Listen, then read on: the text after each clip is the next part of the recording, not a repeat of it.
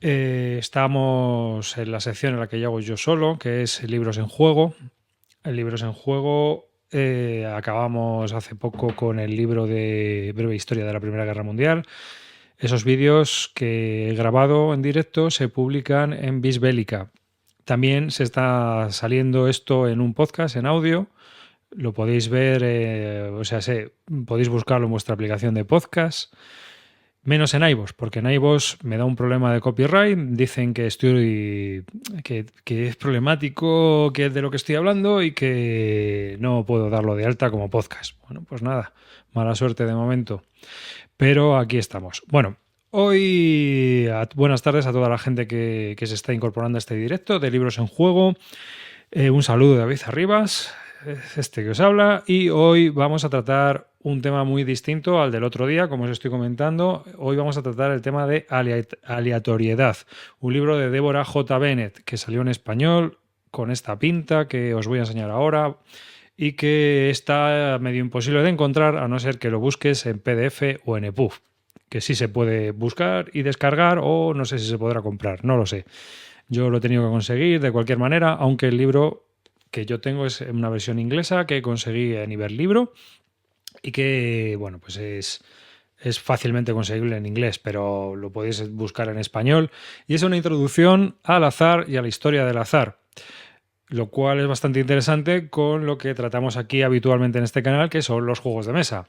Por eso me parecía que era muy interesante tratar ese tema que está relacionado muchas veces con los juegos que jugamos. El libro es, como os he comentado, de Deborah J. Bennett. Está publicado, en mi caso, por la Harvard University Press, Cambridge, Massachusetts y London, Inglaterra. Y fue publicado originalmente en 1998 en Harvard. Así que este es un pequeño libro de introducción, apenas tiene 188 páginas, aunque hay varias partes que son un poco más espesas. Esas me las voy a saltar seguramente porque son bastante matemáticas. Pero sí que es la parte del azar, la historia y todo esto, lo vamos a comentar ahora. Mi idea es un poco relacionarlo con lo que hacemos nosotros, con los juegos, así que la parte estadística seguramente me la salte. Es más, me la voy a saltar porque yo no soy estadístico, ni matemático, ni nada de eso. Simplemente soy un tío que le gustan los juegos de mesa y que, bueno, pues le apetece leer muchas veces sobre estos temas. ¿De acuerdo? Dicho esto, bueno, ya sabéis que podéis encontrar esto luego en YouTube, en el canal de Bislúdica. En este caso, este vídeo va a salir en el canal de Bislúdica o en audio en vuestro reproductor de podcast. Todavía en iVoox no, a ver si consigo darlo de alta. Y bueno, vamos a hablar de aleatoriedad. Deborah J. Bennett. El libro comienza con un capítulo que se llama Encuentros al azar. Y hay una cita que voy a leeros, que es la siguiente. Es una cita de Percy Diaconis, de 1989, que dice: nuestros cerebros no están precisamente preparados para resolver adecuadamente problemas de probabilidad. El primer capítulo habla sobre la introducción y nos da unos cuantos ejemplos sobre cómo el azar afecta en nuestras vidas, ¿no? Los falsos positivos, las probabilidades de tener una enfermedad o un accidente. Pero no me voy a detener ahí. Vamos a ir directamente al capítulo número 2, que me parece mucho más interesante con lo que estamos tratando hoy, con la afición que aquí tenemos, que es la de los juegos de mesa. El segundo capítulo se llama ¿Por qué recurrir al azar? Vamos a ello, porque esto es también interesante. Nos dice Deborah J. Bennett: los mecanismos aleatorios cotidianos no son sofisticados. Por ejemplo, para resolver una disputa sobre qué hijo era en el coche en el asiento junto al conductor, un padre puede recurrir a ver cuál de los hijos saca la pajita más corta. Manteniendo en la mano dos pajitas de distinta longitud y con los extremos visibles igualados, cada hijo extrae una. El que saque la pajita más corta gana. Muchos entretenimientos para adultos, desde una partida de bingo un viernes por la noche hasta una rifa escolar o las máquinas de monedas, o jugar un juego de mesa o un juego de cartas, se basan en simples loterías. Los niños suelen jugar con perinolas o ruletas de números o colores. Los jóvenes y adolescentes juegan a la botella y los adultos se entretienen en los casinos. Ya sabéis, nos vamos a los casinos. Los dados uno de los mecanismos aleatorios más antiguos que se conocen, siguen siendo muy populares entre personas de todas las edades y grupos étnicos. Los dados, como veremos en el libro de Deborah J. Bennett, forman parte de la historia de la humanidad desde siempre, para todo, para generar números aleatorios o para jugar y apostar. Aunque los juegos con dedos de la mano, prendas, dados, monedas y cartas no son elementos demasiado complicados, nuestras actitudes sobre su uso sí que resultan algo más complejas. Cuando las sociedades primitivas necesitaban hacer una selección de algún tipo, solían recurrir al azar por 3 razones básicas. Para lograr cierta imparcialidad, para evitar discusiones y para obtener un consejo divino. Es muy común, como por ejemplo ocurre en el Warhammer, ¿no?, que cuando hay una duda sobre una regla, se tira un dado para decidir si esa regla es válida o no es válida.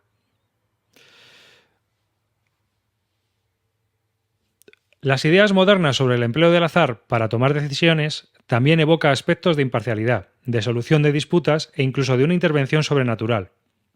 Aunque el pensamiento actual sobre estas cuestiones sea algo diferente al de los hombres antiguos. Curiosamente, estas 3 razones son exactamente las esgrimidas por los niños cuando los psicólogos les preguntan por qué emplean métodos de selección de los compañeros.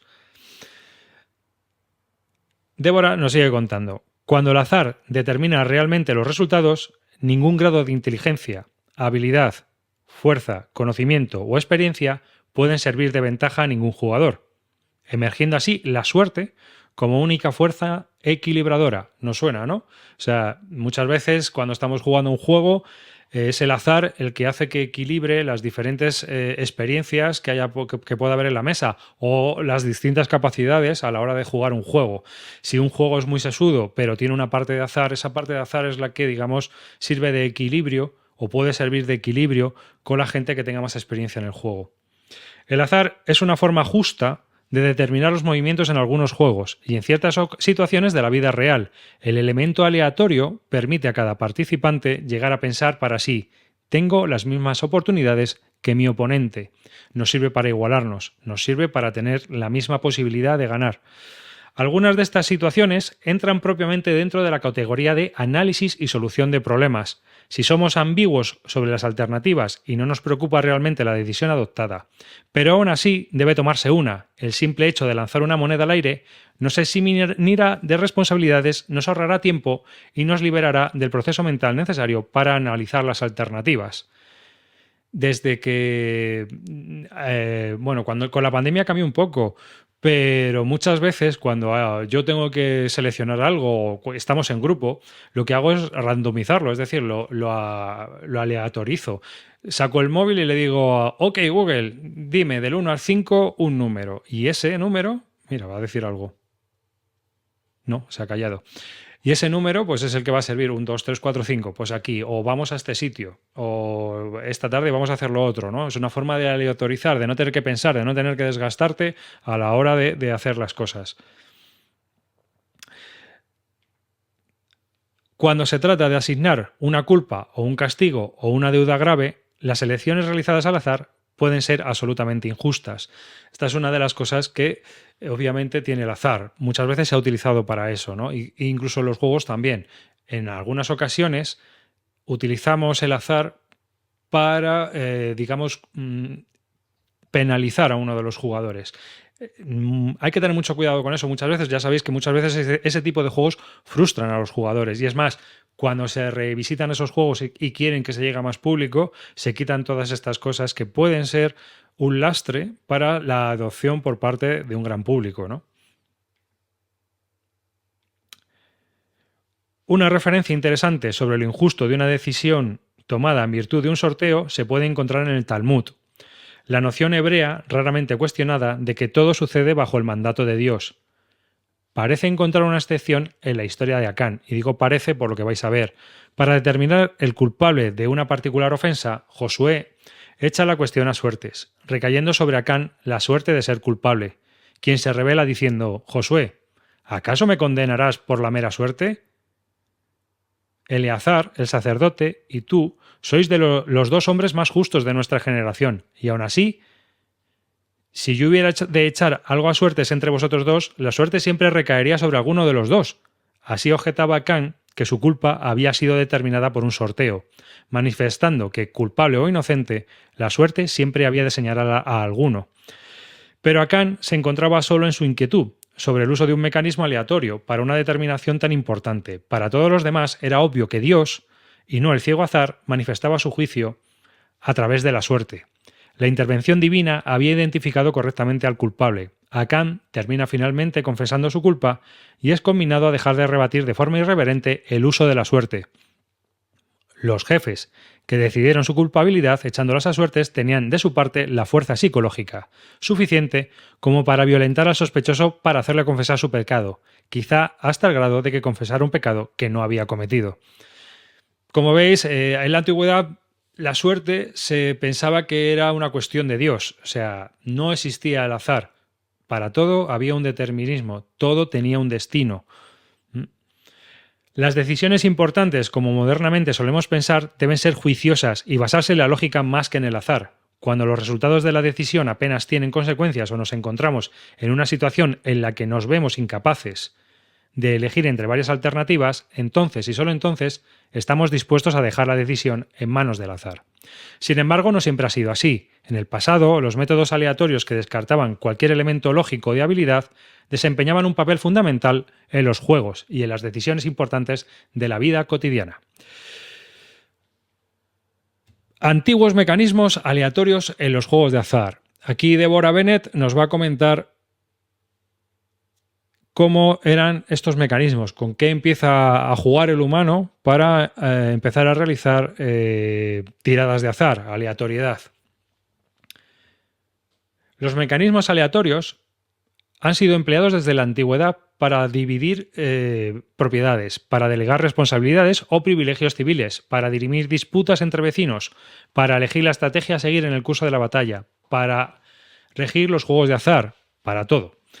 En excavaciones arqueológicas en Ur, os voy a poner aquí unas fotos que tengo y otros diagramas que he sacado del libro, fueron descubiertos ciertos tipos de tableros de juegos originarios de la antigua Babilonia. Uno de ellos, que data aproximadamente del 2700 a.C., fue hallado completo con todas sus piezas o peones de juego.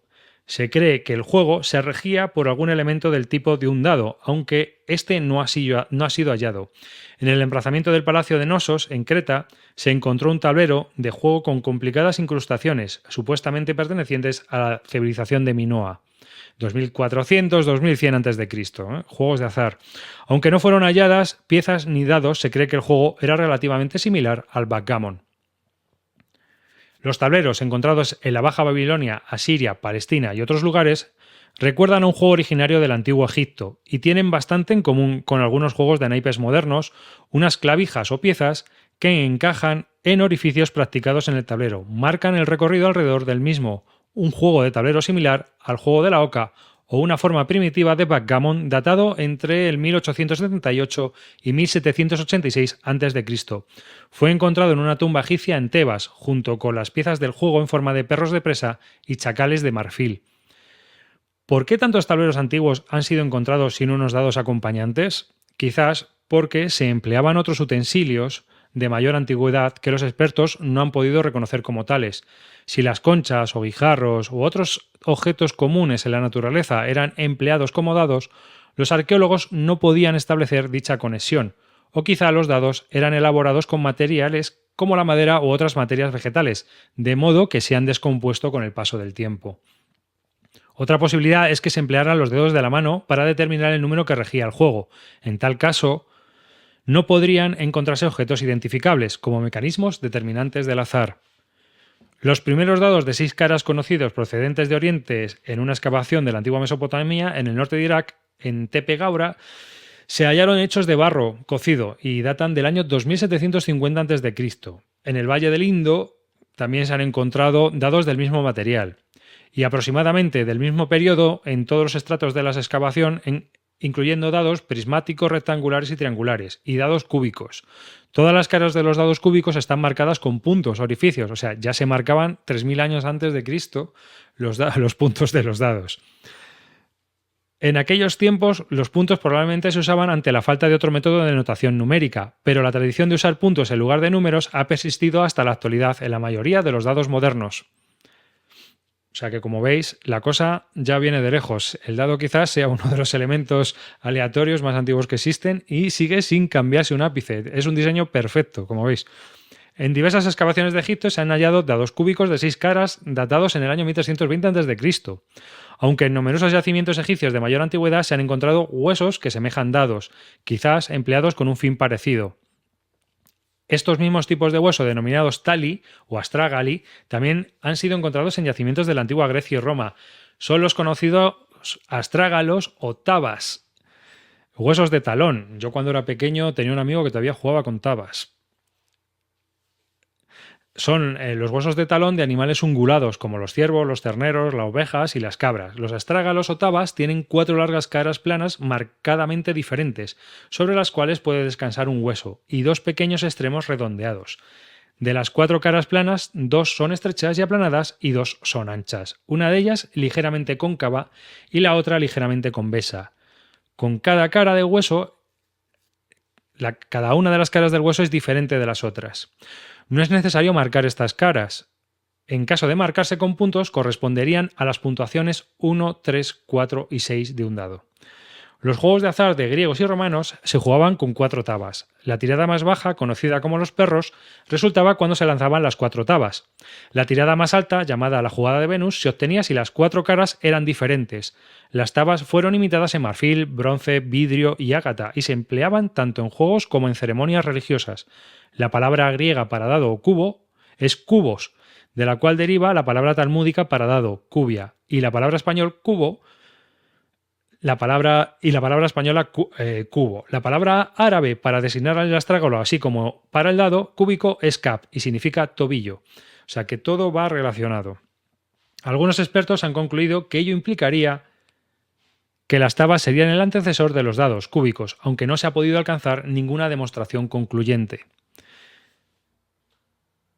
También se utilizaban varillas, se tiraban un número de varillas que venían grabadas por un lado y por otro lado estaban planas. Y dependiendo del número de varillas que cayeran por el lado que estaba grabado, pues ese era el resultado que había salido. En otro buen número de excavaciones realizadas en el Antiguo Egipto se han encontrado tableros, fichas de juego y tabas. Y de aquí nos vamos a los juegos con los dedos. En las paredes de las tumbas del Antiguo Egipto, en Beni Hasan, 2000 años antes de Cristo, ya existe una representación del juego de morra que utilizaban los egipcios, que era un juego de pares y nones. El primero, que era parecido a los chinos, ¿no? Uno sacaba... Bueno, jugábamos a pares y nones. El primero que se juega con los dedos de una mano. Aún es muy popular en Italia. Era llamado micare, digitis, por los antiguos romanos. En dicho juego, 2 personas sacan simultáneamente su mano derecha mostrando uno, vario o ningún dedo de la mano, al tiempo que dicen en voz alta la suma prevista de los dedos de ambos. En las vidas de los Césares, Suetonio describe un incidente durante el cual el cruel emperador Augusto llamó ante su presencia a un padre y a su hijo para que se jugaran este juego la vida de uno de ellos. El emperador Augusto consagró su vida al juego e incluso proveía a sus invitados de una pequeña suma de dinero para el caso de que quisiera jugar a los dados, tali o pares y nones con él durante la cena. Pares y nones era uno de los juegos favoritos de griegos y romanos, el cual denominaban en latín par impar ludere. Un jugador mantenía un número de garbanzos, nueces, monedas o tabas en su mano cerrada y la apuesta se ganaba si el oponente adivinaba si el número de objetos era par o impar. Así que fijaos cómo iba la cosa. Uno de los primeros documentos escritos sobre los dispositivos aleatorios en los juegos se encontraba entre los poemas védicos del Rigveda Singita, escrito en sánscrito, alrededor de 1000 a.C. Y en él hay un poema o canción que se llama El lamento del jugador. Es un monólogo de un jugador cuya obsesión por el juego le lleva a perder su casa y a su devota mujer. El jugador atribuye su desgracia a la mala suerte, no al destino ni a los dioses. O sea, que aunque muchas veces se pensara que todo era cuestión de Dios, ya había alguno que era más ateo. Pero culpa de su obsesión a la magia de los dados. Este jugador. El juego es la actividad sobre la que se centra un libro entero de la gran épica Veda, el Mahabharata. Por el Mahabharata sabemos que los dados ya se lanzaban sobre un tablero y que dichos dados se hacían con una especie de nueces oscuras, probablemente de los frutos del árbol Vijitaka. Este juego era muy diferente. Este juego de lo que se trataba era de adivinar cuántas nueces tenía el árbol en cuestión. En un pasaje del poema épico parece manifiesto que la pericia en el juego del Vivirata tenía algo que ver con la habilidad de estimar o contar rápidamente un gran número de nueces. En dicho cuento, un hombre llamado Nala llega a ser el empleado de un rey que declara: «Has de saber que conozco el secreto de los dados y que soy un experto contador». Para demostrar su talento, haciendo cuentas, el rey pasa a contar el número de nueces en dos grandes ramas de un árbol Viritaka. Su método de cuenta consiste, en primer lugar, en estimar el número de hojas y nueces caídas en el suelo. Finalmente, y estimando el número de hojas en las dos ramas, el rey se atreve a afirmar que hay 2.195 nueces en las dos ramas. Cuando efectivamente se contabilizan una a una las nueces, resulta que el número dado por el rey es exacto. Es una leyenda, pero puede que a base de jugar hubiera gente que llegara a este nivel, ¿eh? Débora nos sigue contando, pasa por distintos aspectos en el libro, nos habla de las antiguas tradiciones indias también en la América del Norte, y pasa a decirnos lo siguiente: el juego de adivinación de pares y nones, a menudo jugado con palitos o varillas, también parece ser propio de los indios americanos aborígenes. Desde los primeros tiempos de la civilización, los seres humanos han ideado mecanismos simples con el fin de excluir del juego y de la toma de decisiones seria la voluntad, la habilidad y las inteligencias humanas. Sin embargo, y paradójicamente, los antiguos generalmente creían que los resultados de los sucesos eran controlados en el último término por la deidad y no por el azar. El empleo de los mecanismos aleatorios para solicitar el consejo divino se denomina adivinación, y los pasos dados para asegurar la aleatoriedad se concebían simplemente para eliminar la posibilidad de una interferencia humana, con el fin de poder discernir la voluntad divina. Curioso, es decir, que muchas de las cosas que se han avanzado en cuestión del azar antiguamente, o por lo que se realizaban acciones al azar, era para evitar que los humanos metieran mano y que se eligiera de una forma totalmente aleatoria, que Dios decidiera qué es lo que estaba ocurriendo, que Dios decidiera por dónde había que hacer las cosas, ¿no? Así que nos vamos al siguiente capítulo. Aquí termina el capítulo número 2 y Deborah Bennett nos lleva al capítulo número 3, que nos dice: cuando los dioses jugaban a los dados. En la antigüedad, tanto si los dispositivos aleatorios eran empleados para tomar una decisión seria como para llevar a cabo juegos de azar, existía una creencia consolidada de que los dioses controlaban los resultados. El propósito de mecanismos aleatorios, tales como los dados u otros, era descartar la posibilidad de una manipulación humana, y con ello proporcionar a los dioses un canal claro a través del cual manifestar su deseo divino. Incluso hoy en día, algunas personas ven tras un resultado aleatorio la mano del destino o de los hados, del cual tenía que ser. Como dice Belial Spain, como decían los cruzados, Dios lo quiere, una cosa similar. Los métodos para asegurar la aleatoriedad de un sorteo son mencionados ya por Homero hacia el año 850 a.C. en la Ilíada, en la cual se relatan las aventuras de los griegos durante la guerra de Troya. Supuestamente en el siglo XII a.C. se realiza un sorteo para decidir quién debería arrojar su lanza el primero en un duelo entre Menelao y Paris. La seducción de la mujer de Menelao, Helena, por parte de Paris, había precipitado a los griegos al asalto de Troya, aunque en el momento del duelo la ciudad aún no había sido tomada por los griegos. Las prendas que decidirían la suerte de cada uno de los hombres fueron introducidas en un yelmo, probablemente marcadas de alguna forma particular, y agitadas dentro del mismo, mientras las personas presentes rogaban a los dioses. El guerrero, cuya prenda fuera extraída en primer lugar por Héctor, comandante del ejército troyano, sería el elegido para arrojar su lanza antes que el otro. Aunque Homero deja claro durante toda la Ilíada que los dioses tienen poder absoluto para manipular los sucesos, se puede ver que los griegos han establecido ya algunos procedimientos para imponer la imparcialidad en los sorteos. En el pasaje, Héctor, el del yelmo fulgurante, agitó las prendas mirando hacia atrás, y en cosa de un momento surgió la de París. Observamos dos ideas interesantes. En primer lugar, las prendas deben ser agitadas. Ello parece indicar que incluso con la intervención divina había que adoptar medidas para prevenir la interferencia humana. Y en segundo lugar, Héctor mira hacia atrás como alguien que cerrara los ojos para ser imparcial en la elección. En un pasaje posterior de la Ilíada, otro sorteo determina quién de los soldados griegos se enfrentará al mismo Héctor. Cada soldado marcó una prenda como la suya propia. Estas fueron introducidas en un yelmo mientras se rogaba a los dioses y se agitaba el yelmo, y una de las prendas saltó del yelmo. Solo aquel que hubiera marcado la prenda la reconocería como suya. Nada sorprendente, dado que el alfabeto griego comenzó a utilizarse tras la guerra de Troya. Todavía cuando se utilizaban estas loterías había que marcarlas con algún tipo de símbolo que te reconociera a ti mismo. Deborah J. Bennett, seguimos contando. Nos sigue. Es un capítulo en el cual pues, nos va contando bastantes anécdotas, ¿no? Pero me voy a tener en otra en el que en el año 73 después de Cristo, los judíos defensores de Masada, cuando los romanos asediaron la ciudad de Masada, antes de morir a manos de sus enemigos una vez perdida la batalla, echaron a suertes quién llevaría a cabo su matanza o suicidio colectivo. Los asediados decidieron suicidarse colectivamente para no caer en manos de los romanos. En restos arqueológicos se han encontrado fragmentos con los nombres inscritos de los hombres que supuestamente lo perpetraron. Por lo que parece, 10 hombres fueron elegidos por sorteo para ser los verdugos. Después de que la ejecución se llevó a cabo, uno de los 10 fue elegido también por sorteo para matar a los otros 9 verdugos, tras lo cual él mismo se suicidó. ¿Podría haberse dado un sorteo semejante en el suicidio en masa acontecido en el sur de California en marzo del 77? Nunca lo sabremos, pero en este tipo de suicidios rituales sí que es muy común que haya sorteos para ver a quién le toca ser verdugo de los demás. El Antiguo Testamento aduce 2 razones por las que un dispositivo aleatorio, tal como un sorteo, podía ser empleado para dilucidar decisiones a vida o muerte. En Proverbios 16:33 podemos leer: en el seno se echan las suertes, pero la decisión depende de Yahvé. Según esto, sería la voluntad divina la que decide sobre el resultado. Antiguamente, esta era una noción raramente cuestionada. Otra razón práctica para adoptar decisiones por medio de un sorteo, manifestada por el rey Salomón, en Proverbios 18:18, expone: la suerte pone fin a los litigios y decide entre los poderosos.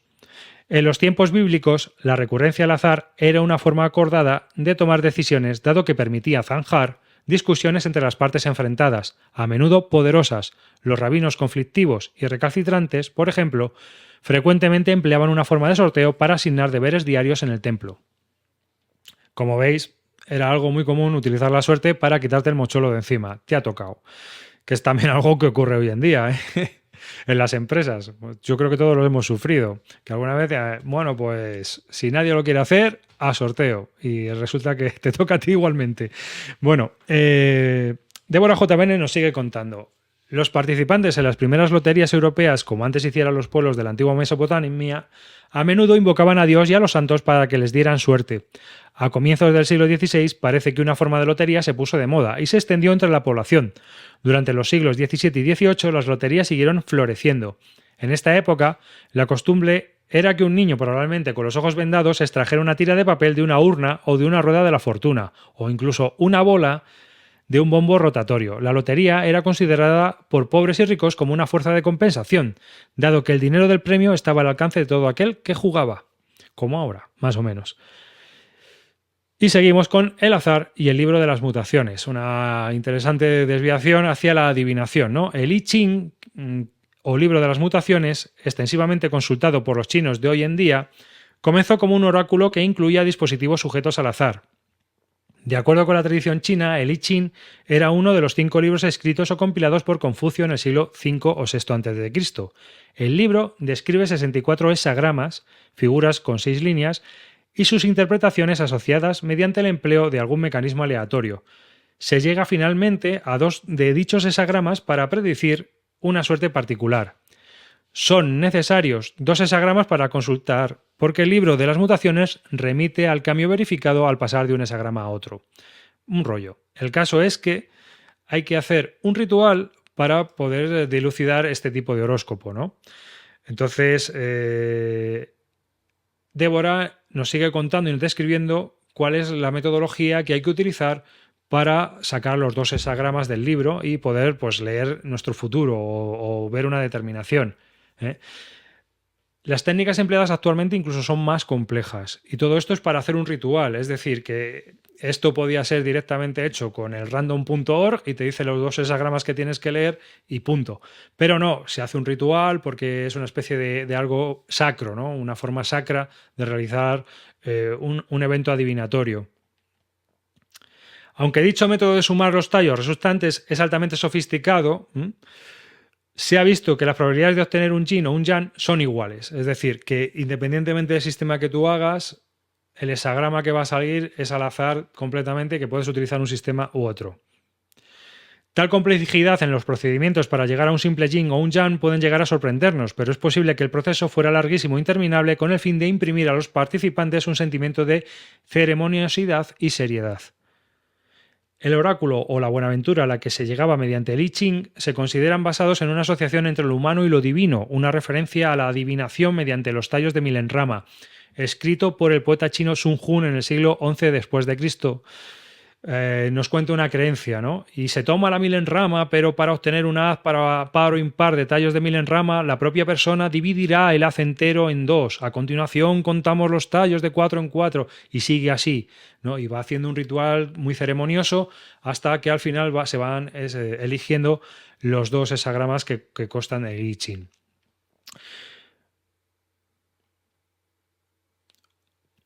Un interesante pasaje en otro tratado confuciano, el Sun Chin, o libro de la historia o libro de los documentos, sugiere la conveniencia de emplear el juicio propio para decidir si se sigue un oráculo o no, o algo sin parangón, que es algo sin parangón en ninguna otra obra. Es decir, que haces una revisión y dices si te ha gustado o no te ha gustado, o si tiene sentido o no tiene sentido lo que lees, y entonces tienes que volver a empezar y hacer otra vez todo el ritual.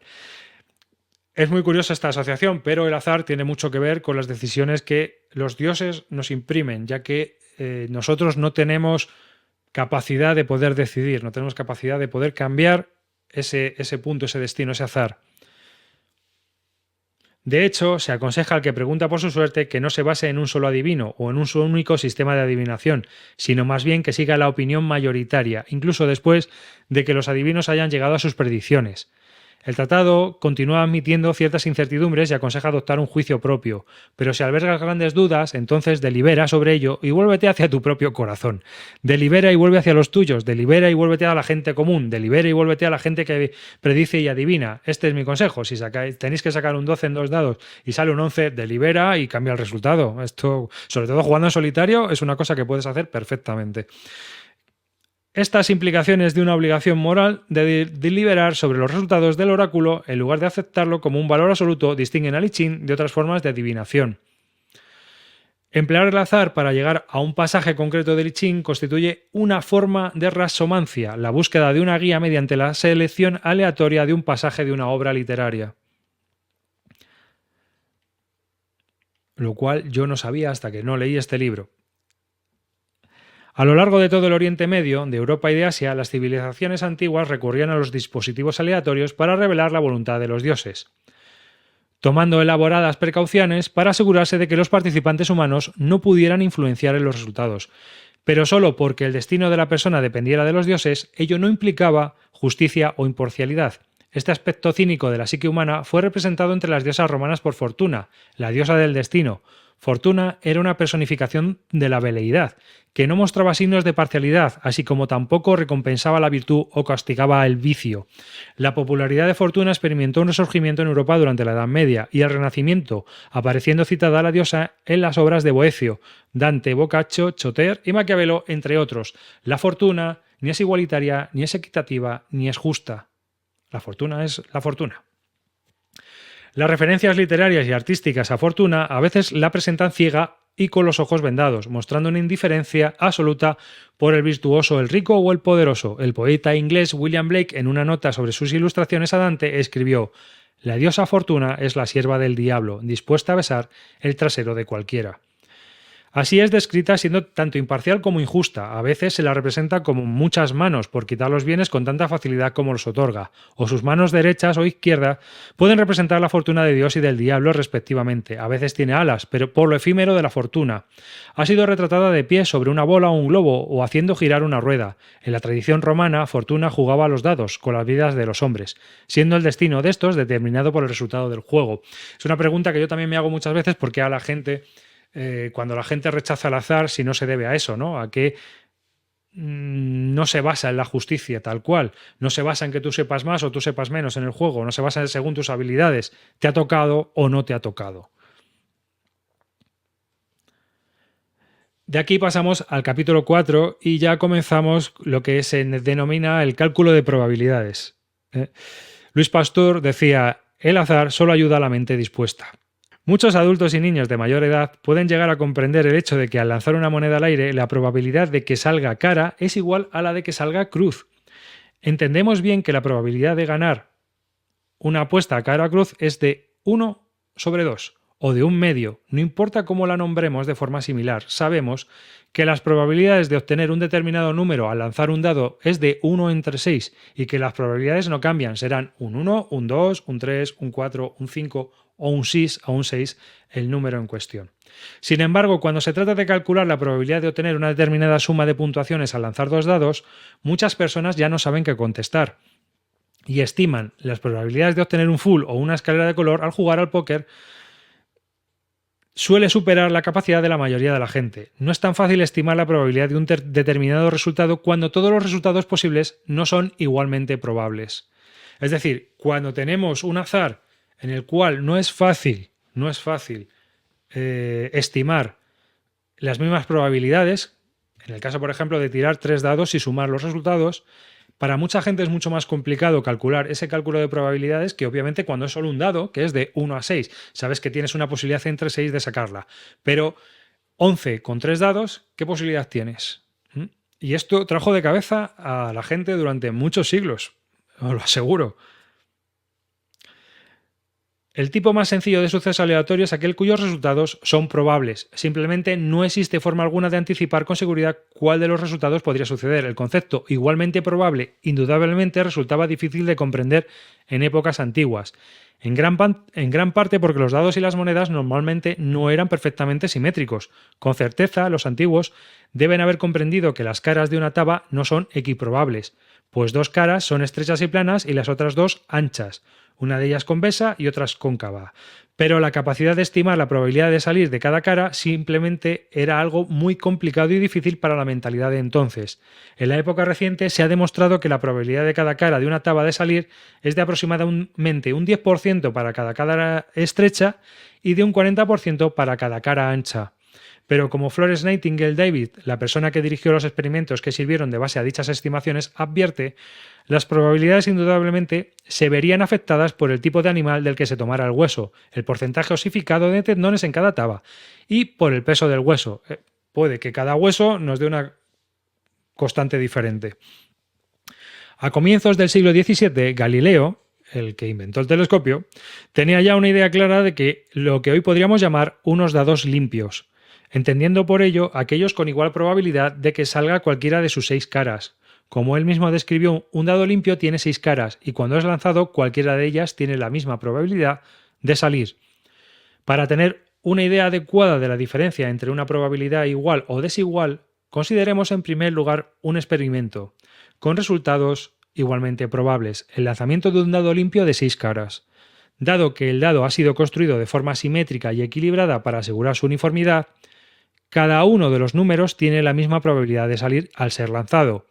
En un lanzamiento simple, el número de puntos mostrado en la cara de arriba puede ser 1, 2, 3, 4, 5 o 6.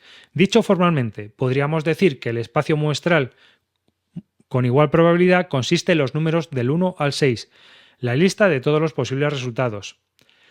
Si tratamos de adivinar qué número va a salir en un lanzamiento, tendríamos una probabilidad de acertar de 1 entre 6. La probabilidad de acertar se expresa como 1 partido de 6. Como la probabilidad de que salga una determinada cara es uniformemente la misma entre todos los números del 1 al 6, la distribución de las probabilidades para un dado limpio resulta uniforme. Ello se expresa como un espacio muestral con igual probabilidad. Los que estáis viendo el vídeo, os he puesto ahí una pequeña tablita donde se ve el dado con marcado de 1 al 6 y la probabilidad de que salga cada uno de los números, que es del 1 al 6. Si modificamos dicho dado pintando un punto sobre una de las caras, tendremos un ejemplo de un experimento con resultados con probabilidad desigual. Supongamos que pintamos otro punto a la cara del 1 y tenemos dos doses. De modo que las puntuaciones resultantes posibles van del 2 al 6, aunque el dado siga siendo limpio, con igual probabilidad de salir cualquiera de las 6 caras, la probabilidad de obtener un determinado resultado no sería igual y la distribución de las probabilidades no sería uniforme. Mientras que las probabilidades de que salgan 3, 4, 5 o 6 siguen siendo de un sexto, la probabilidad de que salga un 2 es de 2 sextos o un tercio. La probabilidad de que salga un 1 es de 0, porque no lo hemos quitado del dado. Al tratar de explicar en el siglo XVIII las probabilidades no uniformes a sus lectores, Abraham de Moivre, quien escribió el primer libro moderno sobre la probabilidad en 1756, planteaba un juego en el cual 5 jugadores tenían cada uno de ellos una oportunidad de entre 5 de ganar, o una probabilidad de 1/5. La distribución de las probabilidades resulta en tal caso uniforme. De Moivre seguía a continuación que si 2 de los jugadores abandonaban el juego delegando sus posibilidades en uno de los 3 jugadores restantes, el jugador beneficiario de la suerte de los otros 2 tendría 3 entre 5 de ganar o una probabilidad de 3/5. En experimentos como este, un suceso constituye uno o más de los resultados posibles del espacio muestral o serie de resultados posibles. Esto, que parece una chorrada, tomó siglos. Os lo cuento, o sea, si leéis todo el libro, os vais dando cuenta de que llegar a entender cómo es el cálculo de probabilidades de la suma de 3 dados llevó siglos, desde los romanos hasta la Edad Media, hasta el Renacimiento. En experimentos como entender la probabilidad y entender el azar. En experimentos como este, un suceso constituye uno más de los resultados posibles del espacio muestral. Un suceso simple es exactamente un resultado en el espacio muestral. Por ejemplo, una determinada cara en el lanzamiento de un único dado que tiene 6 caras con probabilidades iguales de salir. Constituiría un suceso simple. La probabilidad de salir una determinada cara en el dado marcado con el punto anteriormente descrito con 5 resultados posibles, desigualmente probables, también sería un ejemplo de suceso simple. Sin embargo, una determinada suma de las caras restantes al lanzar 2 o más dados sería un ejemplo de suceso compuesto. Y el cálculo de probabilidades para dichos sucesos resulta mucho más complejo. Es más, durante siglos los matemáticos estuvieron equivocados. Pensaban que había un número de probabilidades y en realidad había otras. Un suceso compuesto es un suceso que implica 2 o más sucesos simples, como la tirada de 2 dados. Si tiramos un dado es un suceso simple, si tiramos 2 dados es un suceso compuesto. Comparemos el suceso simple de anotar el número total de puntos en el lanzamiento de un dado con el suceso compuesto de anotar el número total de puntos obtenidos al lanzar 2 dados. En el lanzamiento de un dado homogéneo de 6 caras, el número de puntos en la cara superior puede variar entre 1 y 6, siendo cada puntuación igualmente probable. Al lanzar 2 dados, la suma de los puntos en las caras superiores varía entre 2 y 12, pero las sumas posibles no presentan la misma probabilidad. Si estáis viendo el vídeo, veréis que en la parte de abajo hay una pirámide que es la suma de los 2 dados, y ese es el porcentaje de probabilidades que tienen la suma de los dados de salir. El 7 es un sexto de probabilidades, la suma de 7. Cuando tiramos 2 dados y suman 7, tenemos un sexto de probabilidades de que salga, mientras que el resto de los números es mucho menor. Por eso en Catán, Klaus Teuber coloca el 6 y el 8 como los números más probables. En Catán, si vemos un tablero de Catán, cuando colocamos los números, vamos a ver que los números son más grandes y se van haciendo más pequeños cuando se van alejando hacia los extremos de esas sumas, el 2 y el 12. El número 2 y el número 12 son mucho más pequeños que el 6 y el 8, que incluso están en negrita. Y eso es para indicarnos intuitivamente que es más fácil o hay una probabilidad mayor de que los recursos de ese hexágono salgan más durante la partida que aquellos que están en el 2 o en el 12, y que el 7, que es el número con el que sale el ladrón, es el que más probabilidades tiene de salir con la suma. Luego, independientemente de eso, son probabilidades. Esto no quiere decir que en una partida de Catán un sexto de las tiradas de dados represente un sexto de veces que ha salido el ladrón. No tiene nada que ver. Esto es la posibilidad de que esto ocurra, que es distinto. Para comprender por qué, imaginemos el uso de unos dados de colores, uno rojo y otro verde. Por cada uno de los 6 resultados diferentes posibles en el dado rojo, se dan otros 6 en el dado verde, lo que proporciona un total de 6 por 6. 6 resultados posibles en el resultado rojo por 6 resultados posibles en el dado verde. Rojo por verde, 36 resultados posibles. Son 36 resultados igualmente posibles, pero muchos de estos lanzamientos proporcionan la misma suma, como es el caso del 7. Para complicar las cosas un poco más, los diferentes resultados pueden darse con los dos mismos números. Por ejemplo, una suma de 3 puede darse con un 1 en el dado rojo y un 2 en el verde, o con un 2 en el dado rojo y 1 en el verde. Ello implica que la probabilidad de obtener una suma de 3 resulta de 2 posibilidades entre 36, es decir, de 2 partido entre 36. Una suma de 7, por otro lado, puede obtenerse de 6 formas distintas. 1 en el rojo y 6 en el verde, 2 en el rojo y 5 en el verde, y así, y luego cambiamos. 6 en el verde y 1 en el rojo, 5 en el rojo y 1 en el verde. En total, 6 posibilidades entre 36 de que salga un 7. El hecho de que la suma de las caras de dos dados no sea igualmente probable no resulta tan clara debido a la naturaleza del suceso un dado y otro dado. Ello puede resultar más fácil de comprender si uno imagina dos lanzamientos consecutivos del mismo dado, más fácilmente que dos dados al mismo tiempo, y suma ambos resultados. Las posibles sumas de los dos lanzamientos de un mismo dado son exactamente las mismas que en el caso descrito hasta anteriormente con dos dados lanzados simultáneamente. Por tanto, la distribución de probabilidades en el caso de los dos dados lanzados al tiempo es idéntica que la de un dado lanzado dos veces. Frecuentemente un suceso compuesto puede ser modelizado por una secuencia de sucesos simples. Un dado lanzado n veces puede ser más fácil de visualizar que n dados lanzados al mismo tiempo. Esto es una cosa muy común. Cuando tenemos un evento compuesto muy complicado, lo que podemos hacer es dividirlo en pequeñas fases para ver cuál es la probabilidad final, ¿no? Es decir, si dividimos todo ese azar compuesto en azar simple, vamos quitando todos los elementos compuestos en elementos simples, al final podemos intentar descubrir por dónde van los tiros, sobre todo con tiradas muy complejas. Después pasamos a lo que Deborah Bennett llama serie frente a secuencia. El objetivo de muchos juegos con dos dados es lograr una suma determinada de puntuaciones al lanzar los dos dados. Pero muchos juegos de dados en la antigua Europa se jugaban con 3 dados. Cuando se lanzaban 3 dados y se suma el número de puntos de sus caras superiores, se puede alcanzar valores comprendidos entre 3 y 18. Sin embargo, dichas sumas pueden resultar de 216. Si dos dados son 6 por 6, igual a 36 posibles resultados, 3 dados serían 6 por 6 por 6, igual a 216 posibles resultados. Parece ser que durante siglos los hombres cultos, estamos hablando de gente que era matemática, creían que solo había 56 resultados posibles en lugar de los 216, al lanzar 3 dados y sumar sus puntuaciones. Lo que no llegaron a comprender era la diferencia entre una serie o conjunto y una secuencia. Como resultado de este error se tomaba en cuenta series en lugar de haber constatado la existencia de secuencias.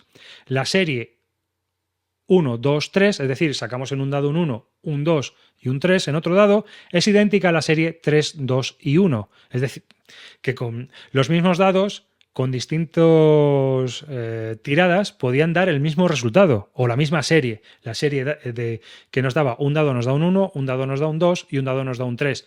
Pero en 3 tiradas distintas, esos 3 dados podían tener ese mismo valor. Esto lo veríamos más fácil si esos dados fueran de colores. Si tuviéramos un dado rojo, un dado verde y un dado azul, ese 1, un 2 o un 3 podría ir con cada uno de los colores diferentes. Los antiguos pensaban que solo había una serie, pero en realidad estamos hablando de una serie de 3 secuencias.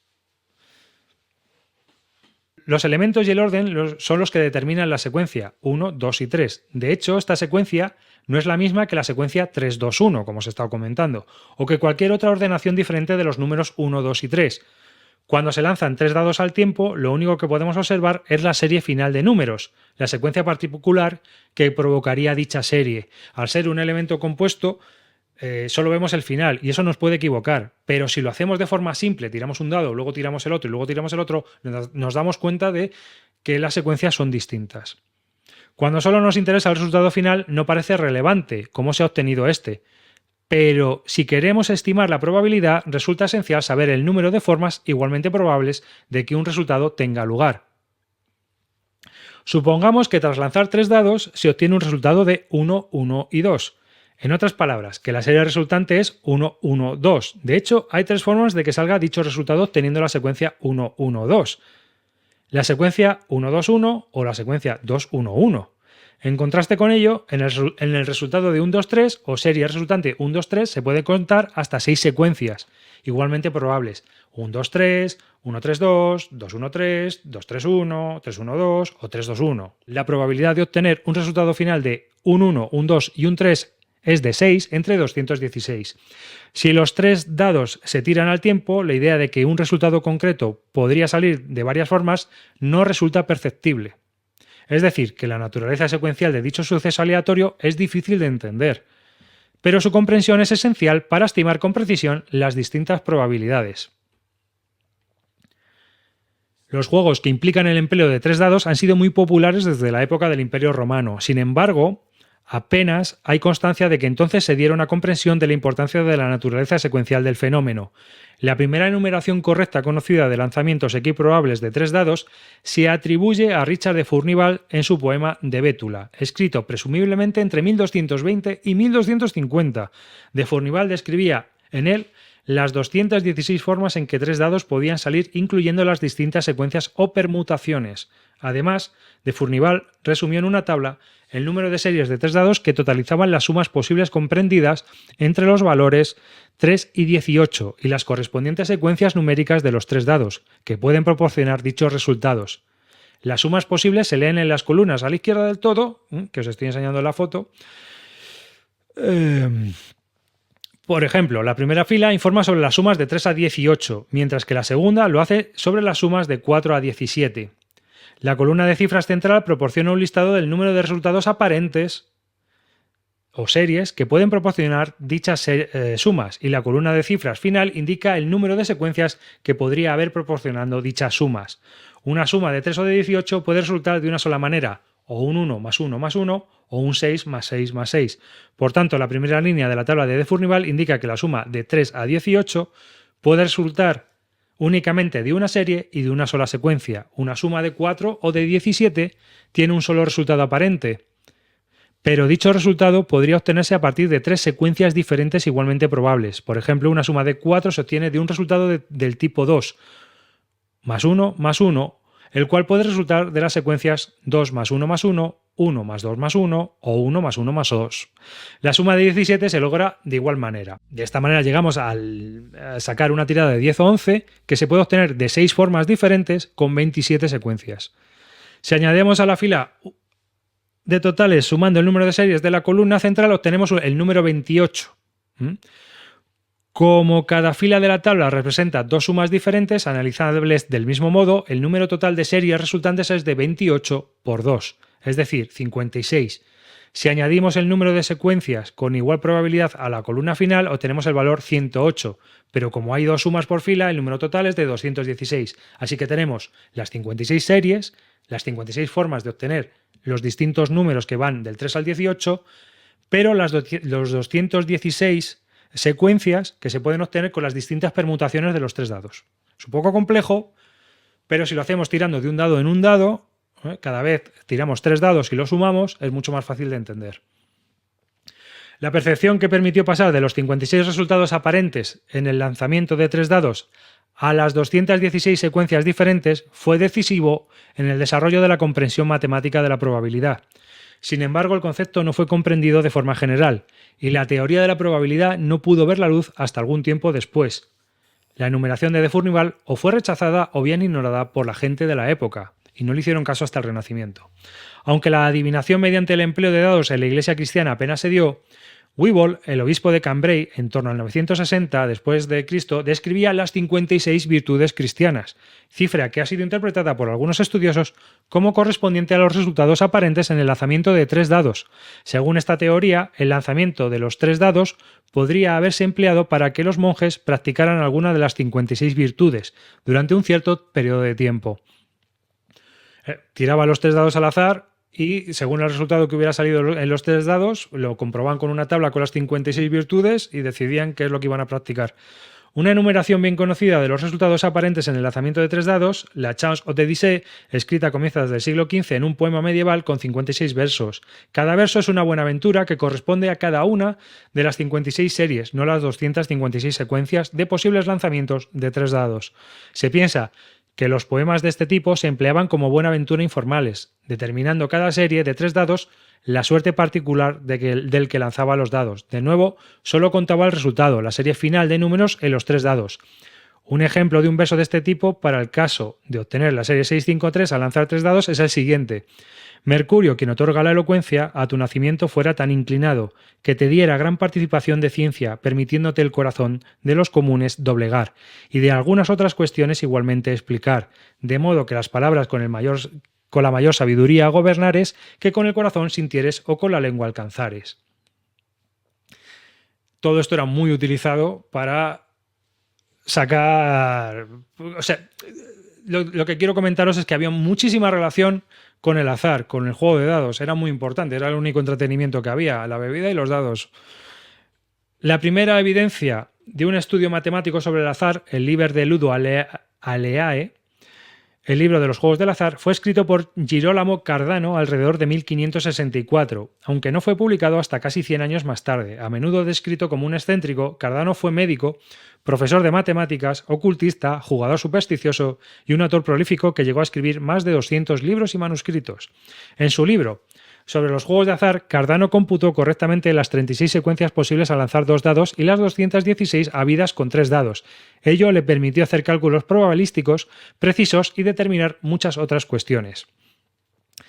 Girolamo Cardano no fue el único italiano del Renacimiento en mostrar una comprensión clara de las secuencias aleatorias. En un breve ensayo titulado Pensamientos sobre los juegos de dados, escrito entre 1613 y 1623, Galileo explicó por qué hay 216 resultados equiprobables en el lanzamiento de 3 dados.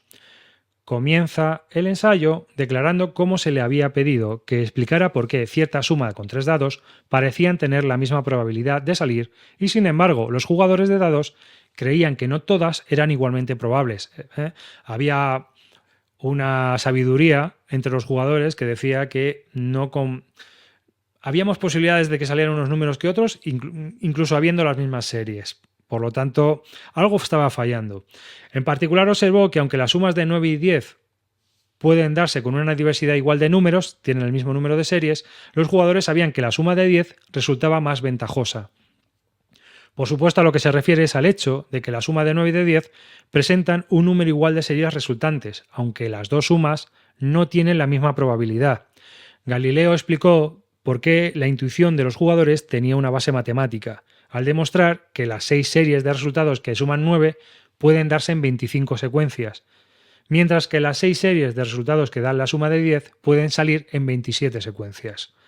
Resulta difícil creer que algún jugador, por inteligente que fuera, pudiera notar la sutil diferencia entre 25 posibilidades por 216, frente a 27 por 216. Una explicación mucho más probable es que dicho conocimiento fuera parte del bagaje popular del juego, acumulado por la suma de experiencias y transmitido de jugador a jugador a lo largo de los siglos. Pero todos sabemos que si eres muy vicioso y juegas mucho, te vas coscando internamente el know-how de qué es lo que sale más, qué es lo que sale menos y sabes qué apuestas mejor. No hace falta tener que calcular nada. Tu mente directamente lo va deduciendo.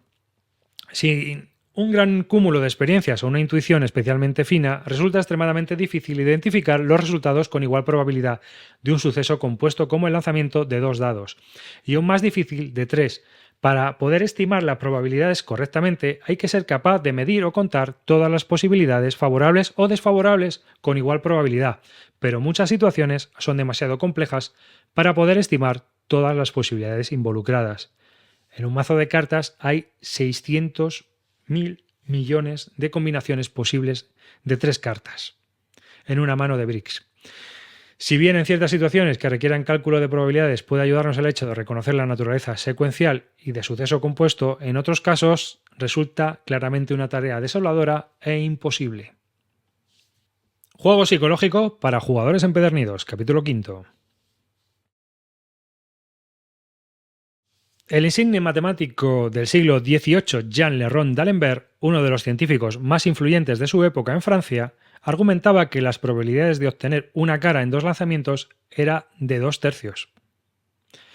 D'Alembert pensaba que los resultados igualmente probables eran una cara en el primer lanzamiento, una cruz seguida por una cara, o una cruz seguida por una cruz. Como 2 de los 3 resultados contenían una cara, llegó a la conclusión incorrecta de que la probabilidad de una cara en 2 lanzamientos era de 2/3. Muchas personas, incluso razonando incorrectamente, darían con la respuesta correcta, un medio o un 50%. Dichas personas creen que un resultado alterno refleja con mayor precisión el comportamiento a lo largo plazo de las dos monedas. El error en su razonamiento se pone de manifiesto cuando planteamos la segunda cuestión antes mencionada. ¿Es más probable que salgan las dos distintas o las dos iguales, creyendo que las caras y las cruces deberían de salir con igual frecuencia en una serie de pocos lanzamientos? Mucha gente contesta que en dos lanzamientos de una moneda es más probable que salgan dos resultados distintos antes de que salgan los dos iguales, pareja de cruces o de caras. Sin embargo, no es así. La misma falacia resulta al plantear la tercera pregunta. En el lanzamiento secuencial de dos monedas es más probable obtener una cara seguida de una cara o una cara seguida de una cruz. Las personas que piensan que hay una probabilidad mayor de que salga una cara seguida de una cruz creen que es más probable que los resultados alternen de lanzamiento en lanzamiento, pero no es el caso. La respuesta correcta es que ambas situaciones son igualmente probables. Las tres respuestas pueden ser contestadas acertadamente si reconocemos las cuatro secuencias aleatorias con igual probabilidad de salir: cara, cara, cara, cruz, cruz, cara y cruz, cruz. Sin tener delante la lista de resultados, están llamando a mi hijo, sin tener delante la lista de resultados, con igual probabilidad resulta difícil contestar cualquier pregunta sobre probabilidad. Volviendo a la primera pregunta, ¿qué es más probable obtener? ¿Dos caras, dos cruces o dos resultados diferentes? Vemos que obtener dos resultados diferentes es más probable, aunque solo podemos ver tres resultados diferentes: dos caras, dos cruces o dos resultados diferentes. Estos presentan probabilidades diferentes de salir, o cara o cruz, y cruz y cara. Son dos casos de obtener dos resultados diferentes por cada cuatro resultados igualmente probables. Volvemos a las series y a las secuencias. Cara, cara, cara, cruz, cruz, cara y cruz, cruz. Existen dos posibilidades por cada cuatro resultados posibles de tener resultados diferentes, es decir, 2 partido por 4 o 1 partido por 2, mientras que las dos caras y las dos cruces tienen un cuarto de posibilidades de salir cada una. En la segunda pregunta, ¿es más probable que salgan dos resultados diferentes alternos o sacar dos iguales, ambas caras o ambas cruces? Ninguna es más probable que la otra, pues tienen la misma probabilidad de salir. La probabilidad de sacar las dos alternas cara-cruz o cruz-cara es de un medio o 2/4. La probabilidad de obtener los dos resultados iguales es también de 2/4 o un medio. En la tercera cuestión, ¿es más probable obtener una cara seguida por una cara o una cara seguida por una cruz? Las probabilidades son las mismas. Una cara seguida por una cara o una cara seguida por una cruz implican una secuencia y cada una presenta exactamente uno de los 4 sucesos posibles con igual probabilidad de salir. Por tanto, cada uno de estos dos resultados presenta una probabilidad de 1 entre 4 de salir. Si tenemos siempre problemas para intentar calcular las probabilidades de algo compuesto, lo mejor es dividirlo en secuencias y hacer las cosas de una en una. Si los jugadores tuvieran probabilidades desiguales de ganar una suma, sin embargo, la apuesta debería ser entonces ajustada con el fin de que el juego fuera justo. Es decir, si estamos jugando una apuesta en la cual unos se llevan caras, otros se llevan cruces o alternos, pues cuando tenemos distintas probabilidades en las mismas secuencias, hay que calcular cuál es el desvío para que el juego sea justo. En el caso de, por ejemplo, tirar dos monedas y que sean o dos caras o dos cruces o cara y cruz, el que saca cara y cruz tiene la mitad de posibilidades de salir, mientras que dos caras y dos cruces es un cuarto. Habría que compensar al jugador que obtiene esa solución para compensar el juego. Esto es lo que se hace en las apuestas: 10-1, 8-1. En los encuentros deportivos, si los apostantes están de acuerdo en que dos equipos tienen la misma capacidad y por tanto iguales oportunidades de ganar, entonces apostarán las mismas cantidades o el mismo dinero. Si los apostantes creían que uno de los equipos tiene ventaja, la apuesta debería ser ajustada. El apostante a favor del equipo favorito debería jugar algo de dinero extra o percibir menos por el privilegio de dicha ventaja, una elevada probabilidad de ganar la suma apostada. Supongamos que dos jugadoras, Ana y Marta, quieren jugar un juego que proporciona a Ana una probabilidad de ganar de 7 décimos y a Marta de solo 3 décimos. Claramente, si apuesta la misma cantidad, no estaríamos ante un juego justo. Para que esto lo fuera, Ana debería pagar más por el privilegio de su ventaja, pues tiene una mayor probabilidad de ganar. Si Ana pone $7 por jugar y Marta 3, entonces el juego sería justo para ambas. 3 de cada 10 veces Ana perdería $7 y 7 de cada 10 ganaría $3. Dado que tiene más probabilidades de ganar, como mecanismo de ajuste, Ana no debería poder ganar tanto como Marta de forma inversa. Las opciones de ganancias y pérdidas se compensarían en el caso de Marta. Esto tiene aplicaciones en los juegos en el momento en el que, si nosotros estamos diseñando un juego y tenemos que calcular, sobre todo cuando es asimétrico, qué es lo que puede hacer cada jugador, tenemos que utilizar cada una de las facciones y, sin que haya intromisión de ningún tipo, calcular cuántos turnos va a ganar. En cuántos turnos se va a ganar. No, esto lo primero que nos va a dar es un cálculo de cuántos turnos nos va a llevar a cualquier juego ganar. Y por lo tanto, podemos acompasar los tempos, los eventos, las cartas, etcétera, a ese timing, atrasarlo o adelantarlo. Si una de las facciones gana en 5 turnos y la otra gana en 3, obviamente a la de 3 hay que penalizarla de alguna manera o aventajar a la de que va a ganar en 5. Mediante el uso de cartas o de cualquier otro elemento que proporcione una ventaja al que va a tardar más turnos y que proporcione algo que lentezca al que pueda ganar en 3 turnos. Eso hay que tenerlo en cuenta cuando hacemos el diseño. Y si alguien está diseñando juegos y escucha esto, lo que tenéis que hacer es eso, probar cuántos turnos se tarda en ganar sin absolutamente hacer nada, sin que ninguno de los jugadores te ponga ninguna cortapisa, y hacerlo para cada uno de los jugadores en el punto en el que salgan. Así te puedes dar cuenta de quién está más desequilibrado y si tienes que utilizar algún tipo de mecanismo para equilibrar el juego. La pregunta de cuánto dinero deberían poner los jugadores para jugar a un determinado juego de apuestas ha sido una cuestión típica de probabilidad desde los tiempos antiguos. El naturalista francés Georges-Louis Leclerc de Buffon, un pionero en el campo de la experimentación para resolver el problema de probabilidad, describía en 1777 en su ensayo de aritmética moral un experimento que implicaba una prueba empírica del problema de Petersburgo, una paradoja frecuente y referente a un juego que fue ampliamente discutida por los matemáticos del siglo XVIII. Este es el problema de Petersburg. Pedro y Pablo deciden jugar un juego basado en el lanzamiento de una moneda. Si se obtiene una cara en el primer lanzamiento, la probabilidad de un medio, Pablo pagará a Pedro un chelín y el juego habrá terminado. Si el primer lanzamiento es una cruz, pero el segundo una cara, probabilidad de un medio por un medio igual a un cuarto, Pablo pagará a Pedro 2 chelines y el juego habrá acabado. Si la primera cara aparece en el tercer lanzamiento, será un medio por un medio por un medio, lo cual nos da una probabilidad de 1 partido por 8. Pablo pagará a Pedro 8 chelines y así sucesivamente. Cada vez que la cara no aparece en el lanzamiento, la apuesta a pagar se ve doblada. Una vez que la cara aparece, el juego termina y la cuenta es saldada. La probabilidad de ganar el juego en el lanzamiento enésimo, un medio por un medio y así hasta 9 veces,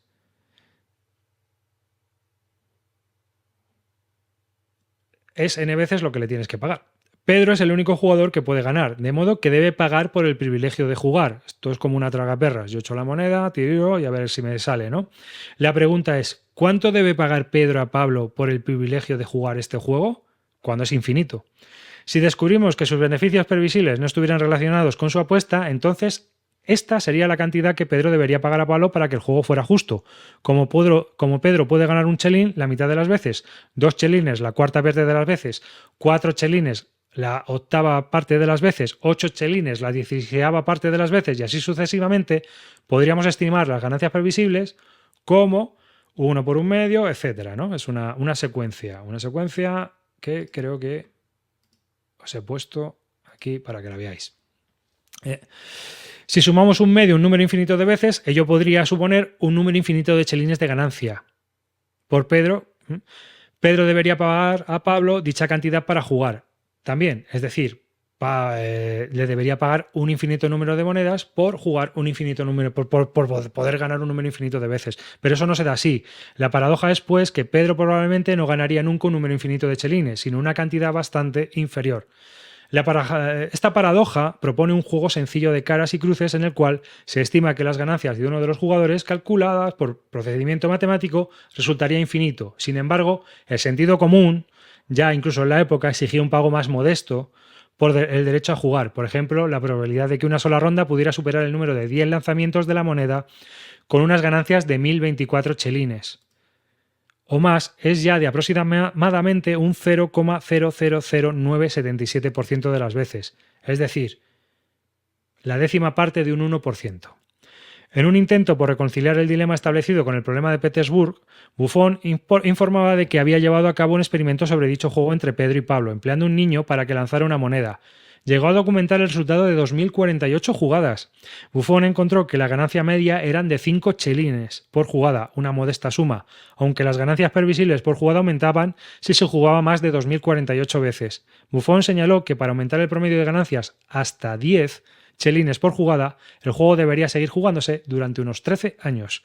La paradoja puede resolverse si el juego no tuviera un punto final indeterminado. El juego termina cuando sale una cara, por lo que teóricamente el juego podría continuar eternamente, en caso de que nunca saliera una cara. Ello implicaría otras expectativas de ganancias infinitas. Otros podrían objetar que Pablo es insolvente para pagar la deuda generable, pues su compromiso de pagar la apuesta no podría cubrir una cantidad infinita, incluso aunque Pedro tuviera dicha cantidad para cubrir su derecho al juego.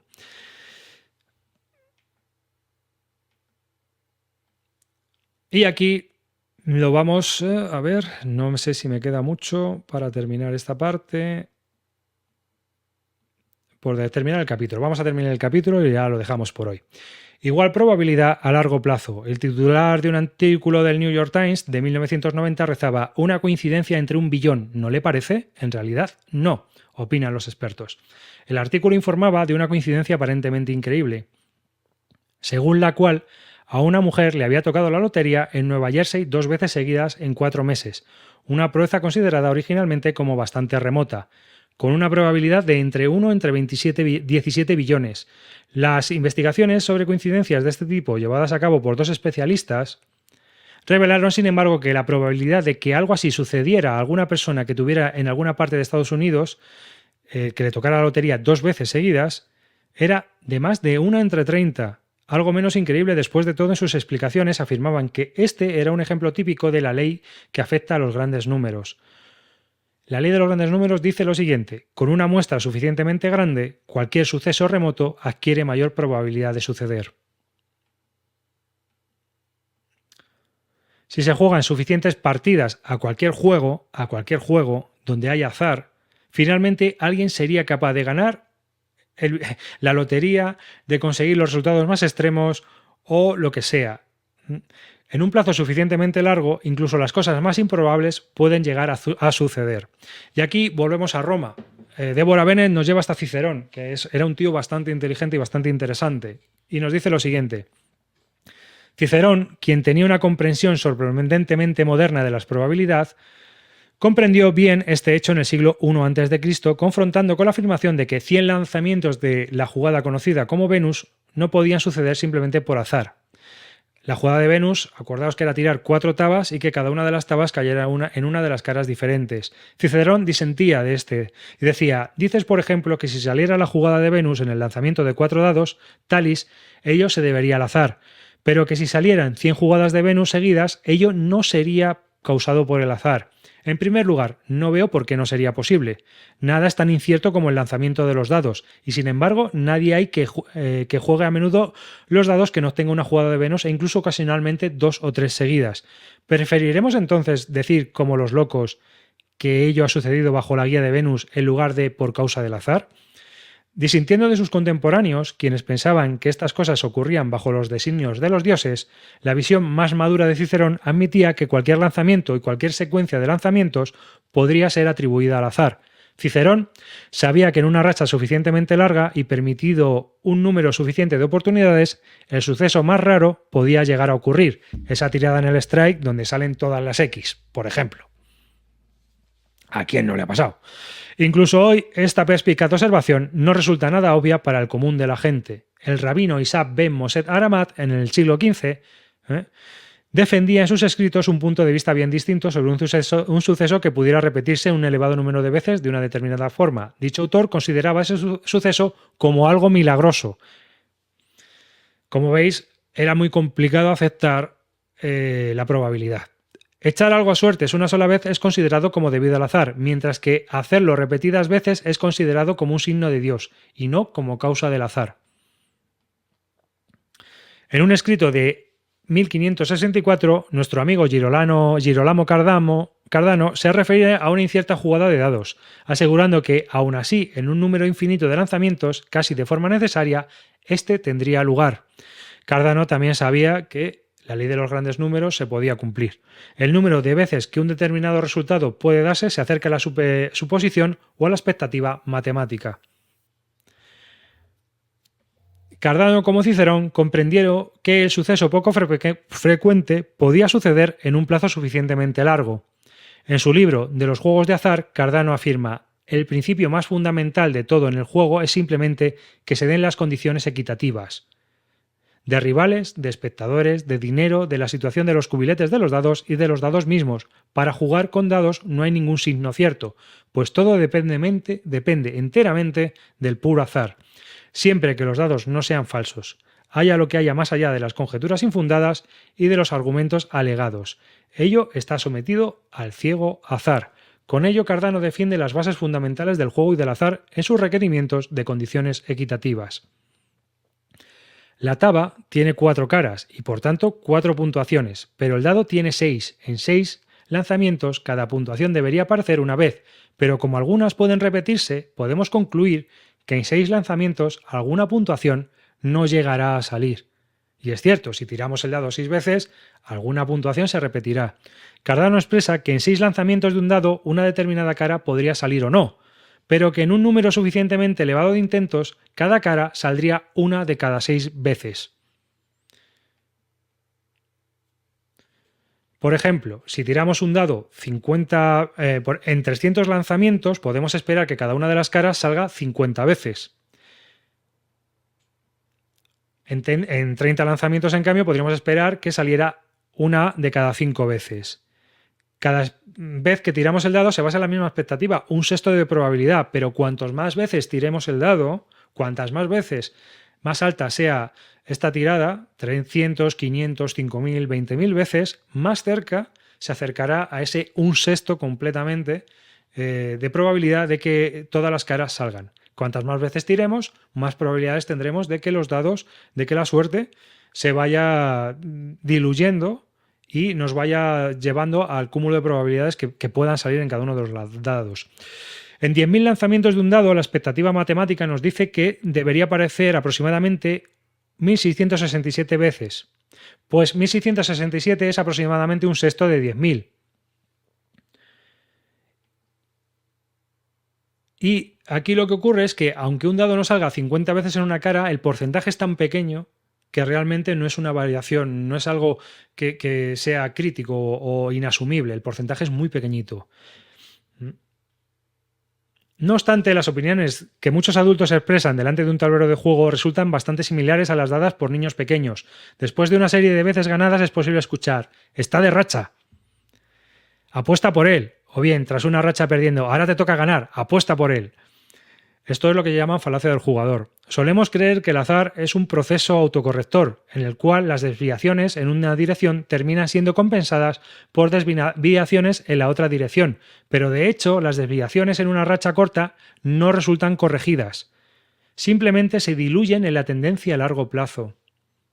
Podemos jugar partidas en las cuales nuestras tiradas sean pésimas completamente. Solo a lo largo de jugar partida tras partida un juego en el que haya azar, podremos compensar las partidas malas, esas rachas malas. En la misma partida es muy complicado. Los juegos en los que se emplean dados, monedas y otros mecanismos aleatorios han tenido una gran popularidad en Europa desde hace 2000 años. Sin embargo, no fue hasta finales del siglo XVI y comienzos del siglo XVII que en Italia se comenzó a desarrollar por parte de algunas personas cultas un juicio más sólido sobre las leyes de la probabilidad. Mientras que los jugadores de la época habían llegado a alcanzar una considerable habilidad en los juegos de azar, solo los escritos de Cardano y Galileo parecían mostrar una comprensión más profunda de las probabilidades matemáticas. Resulta irónico, si no sorprendente, que los primeros escritos matemáticos sobre el azar fueran motivados por las personas que mayor experiencia tenían observando el azar y la suerte, es decir, los jugadores de dados. El origen de los estudios serios sobre la probabilidad se suele atribuir a la correspondencia entre Blaise Pascal y Pierre de Fermat, la cual comenzó alrededor de 1654. Originada a su vez por un problema de juego referido a Pascal por su amigo el Caballero de Mer. prominente figura en la corte de París y jugador aficionado. Afortunadamente, dado que Pascal y Fermat eran considerados matemáticos de gran categoría, su interés por la probabilidad atrajo la atención de otros matemáticos y filósofos de la época hacia el estudio concienzudo de las leyes del azar.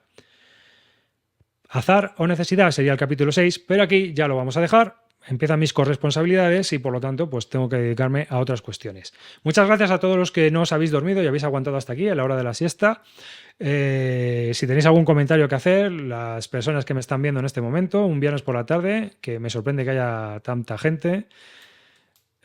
Ahí muy bien, Roberto durmiendo, me alegro, hombre. Si ha servido para que tengas una buena siesta, yo me alegro, me doy por cumplido, chico. Sí, yo es por estudiar un poco esto. Así que, pues nada, dicho lo cual, seguiremos con Azar o Necesidad otro día, el libro de aleatoriedad de Deborah J. Bennett, un libro que se escribió en 1999, que sirve como introducción, ya veis, es una cosa bastante ligerita, lo explica para tontos como yo, y bueno, pues yo creo que cualquier persona pues puede cubrir sus curiosidades con este libro sobre lo que es el azar y, bueno, tener una comprensión mejor cuando está jugando un juego de qué probabilidades hay, qué posibilidades hay, sobre todo en estos de Push Your Luck, ¿no? Ya hablaremos de ello. Así que, pues nada, un saludo y gracias por escucharme. Hasta el próximo Libros en Juego.